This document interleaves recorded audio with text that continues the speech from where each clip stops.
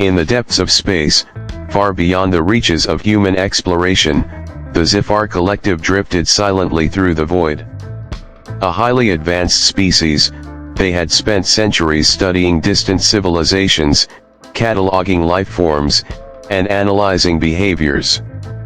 Of all the species they had encountered, one stood out as particularly perplexing: humans. Unlike other intelligent beings, humans displayed an uncanny ability to adapt, innovate, and most strangely, forget. The Zifar had observed anomalies in their behavior, moments where individuals seemed to lose time, repeat actions without awareness, or recall events that had never occurred. Something about humanity was off, and the Zifar were determined to find out why. Then, the signal arrived. It came without warning, buried within an ordinary Earth transmission. At first, it seemed like harmless human chatter, a collection of news reports and radio broadcasts. But when one of the researchers accidentally played it in reverse, the entire ship fell into silence. Hidden beneath the layers of sound was a cryptic message, distorted yet unmistakable. "They're watching us. They can't know the truth. Keep the experiment running." A chill spread through the team. Who was they? What experiment was being referenced? And, most disturbingly, who had left the message? It wasn't meant for them, yet somehow, they had intercepted it. This wasn't just a random signal, it was a warning. Driven by urgency, the Zifar scientists turned their attention to Earth's digital networks. They had always monitored human transmissions, but this time, they needed to dig deeper. Using their advanced technology, they bypassed firewalls, infiltrated restricted archives, and accessed classified data buried beneath layers of encryption. What they found shook them to their core. Earth's history was not as it seemed. Every event, from the rise and fall of empires to scientific breakthroughs, appeared to follow a precise and deliberate pattern. Wars broke out at just the right moments to advance technology. Diseases emerged and disappeared in ways that seemed orchestrated. Even humanity's greatest achievements, from space exploration to artificial intelligence, all aligned with a hidden structure, one that defied statistical randomness. It was as if someone, or something, had been carefully guiding the course of human civilization. But the most alarming discovery came when they analyzed individual behavior. There were unexplained glitches in human reality. People would suddenly stop mid-sentence and restart conversations.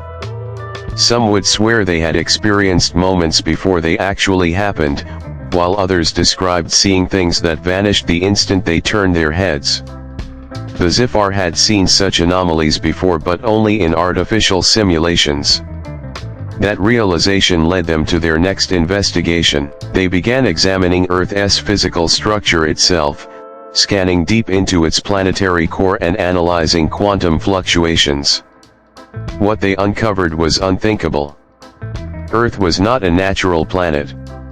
At a microscopic level, the very fabric of reality on Earth differed from every other known celestial body. Space-time itself was encoded.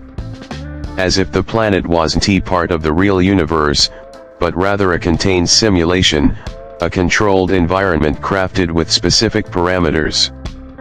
Panic spread through the Zifar research team. The implications were staggering. If Earth was a construct, who had built it and for what purpose? More importantly, did the humans know if they were simply test subjects in an experiment? Were they truly sentient, or were they just sophisticated programs running a script? As the Zifar tried to make sense of their findings, their systems suddenly locked up. Their ship's interface, which had never malfunctioned before, became unresponsive. Then, without warning, a message appeared on their central console. A direct transmission from Earth. This was impossible. No human technology was advanced enough to detect their ship, let alone communicate with it. Yet, the screen flickered, and a human face emerged from the darkness. Dr. Alina Carter, a leading scientist in quantum physics, known in human records for her work in reality simulation theories. But there was something unsettling about the way she stared at them. She wasn't afraid. She wasn't shocked. She looked expectant. "You weren't supposed to find this," she said calmly. "But since you have, you must understand." The Zifar scientists froze. Their universal translators processed her words with absolute clarity, yet their meaning was incomprehensible. She spoke as if she had known they would come to this realization. As if this had all been planned. "We are not the test subjects," she continued. "You are." A silence fell over the ship, heavier than the vacuum outside its walls. The Zifar struggled to process what they had just heard. Them the test subjects, that made no sense. They were an advanced species. They had evolved over millennia, developed interstellar travel, observed countless civilizations. How could they be the ones inside an experiment? Dr. Carter's expression didn't change. "We needed to know," she said, her voice eerily calm. "Could intelligence arise from nothing? Could life emerge without intervention? You were created to answer that question." Their minds reeled. If she was telling the truth, their entire existence was artificial. Their history, their discoveries, even their belief in their own autonomy, it was all a carefully designed test. As the Zifar scrambled for answers, their ship's surroundings began to change. The stars outside flickered. The walls of their vessel shimmered, then warped. Reality itself was unraveling. The experiment was ending. Dr. Carter's voice was the last thing they heard before everything faded into white. "Thank you for your service. The results have been fascinating." The Zifar scientists felt their reality crumbling around them. The ship's walls warped and pulsed as if they were made of liquid. The stars outside flickered like dying embers. Their instruments, which had always been their guide through the universe, now displayed nothing but unreadable symbols. The very fabric of their existence was unraveling. Yet, Dr. Alina Carter remained on the screen, watching them with eerie calm. Her face was illuminated by the flickering light of the transmission, her expression unreadable. She had just told them the unthinkable, that they, the Zifar, were the experiment. That their lives, their discoveries, their entire civilization, had never been real. One of the Zifar scientists, Dr. Vex, a researcher who had spent decades studying alien consciousness, felt a primal sense of panic rise within him. "That's impossible," he said, his voice strained. "We have records, history, ancient ruins on our home world. We evolved naturally." Dr. Carter's head tilted slightly, as if she had heard this reaction before. "Do you remember your childhood?" she asked. Vex opened his mouth to respond, but his mind went blank. He remembered facts, his training, his research, his mission. But his past, the details were vague, like a dream that slipped away upon waking. His memories felt placed, as if they had been given to him rather than lived. Another Zifar, a communications expert named Rule, frantically tapped at the ship's controls, trying to send a distress signal to their home world. But no response came. The stars outside their ship no longer followed natural physics, they twisted and spun like reflections on rippling water. Their universe was dissolving. Carter's voice remained steady. "You were never meant to reach this conclusion. Your existence was designed to run indefinitely, with small adjustments made over time to see how intelligence could develop without interference. But now that you know, we must terminate the simulation." The word terminate sent a wave of fear through the Zifar. They had faced extinction-level threats before, but this was different. This wasn't just the end of their mission, this was the end of their entire reality. Vex clenched his jaw. "If we're an experiment, then who are you?" he demanded. "Are you real?" Carter's gaze didn't waver. "We were once like you," she said. "Limited. Confined. But we evolved beyond physical existence long ago. We became something greater, pure intelligence, unrestricted by matter. We observed the universe, and we realized something troubling." Her image flickered for a moment, as if she herself were only partially real. "We were alone. No other species had reached our level of advancement. So we asked the question, was intelligence an accident or could it be replicated?" The Zifar listened in horrified silence. "We built many simulations, testing different conditions. Some failed. Some resulted in chaos.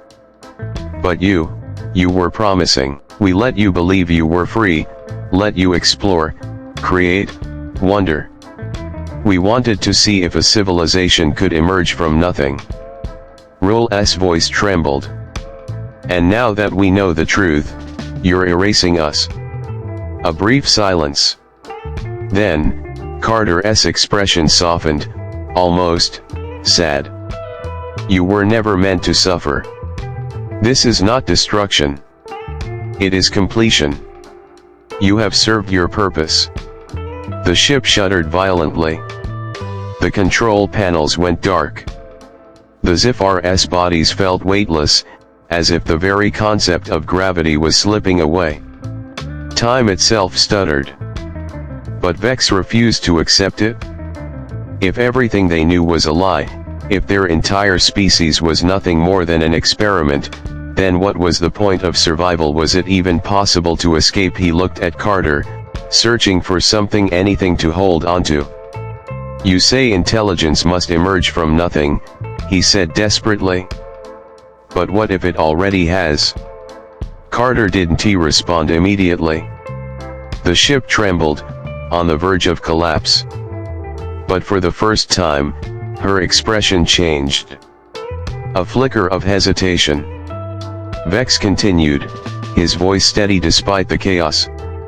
"If we are truly intelligent, if we can question, fear, and wonder, then haven't we already proven ourselves? We aren't just running a program. We're alive." Carter remained silent. The ship's walls were nearly transparent now, the stars beyond them melting away.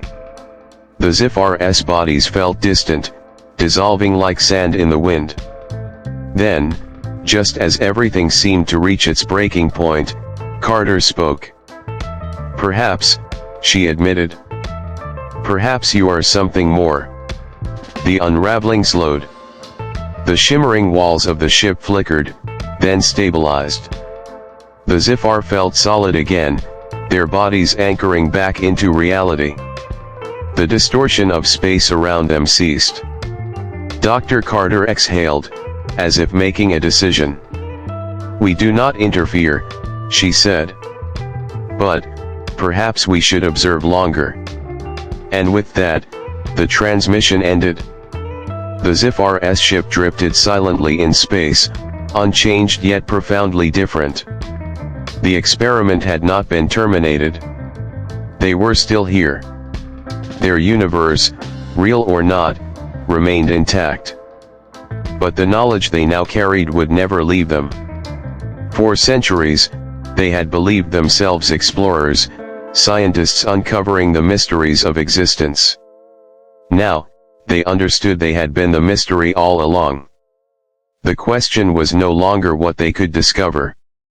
It was who, if anyone, was still watching.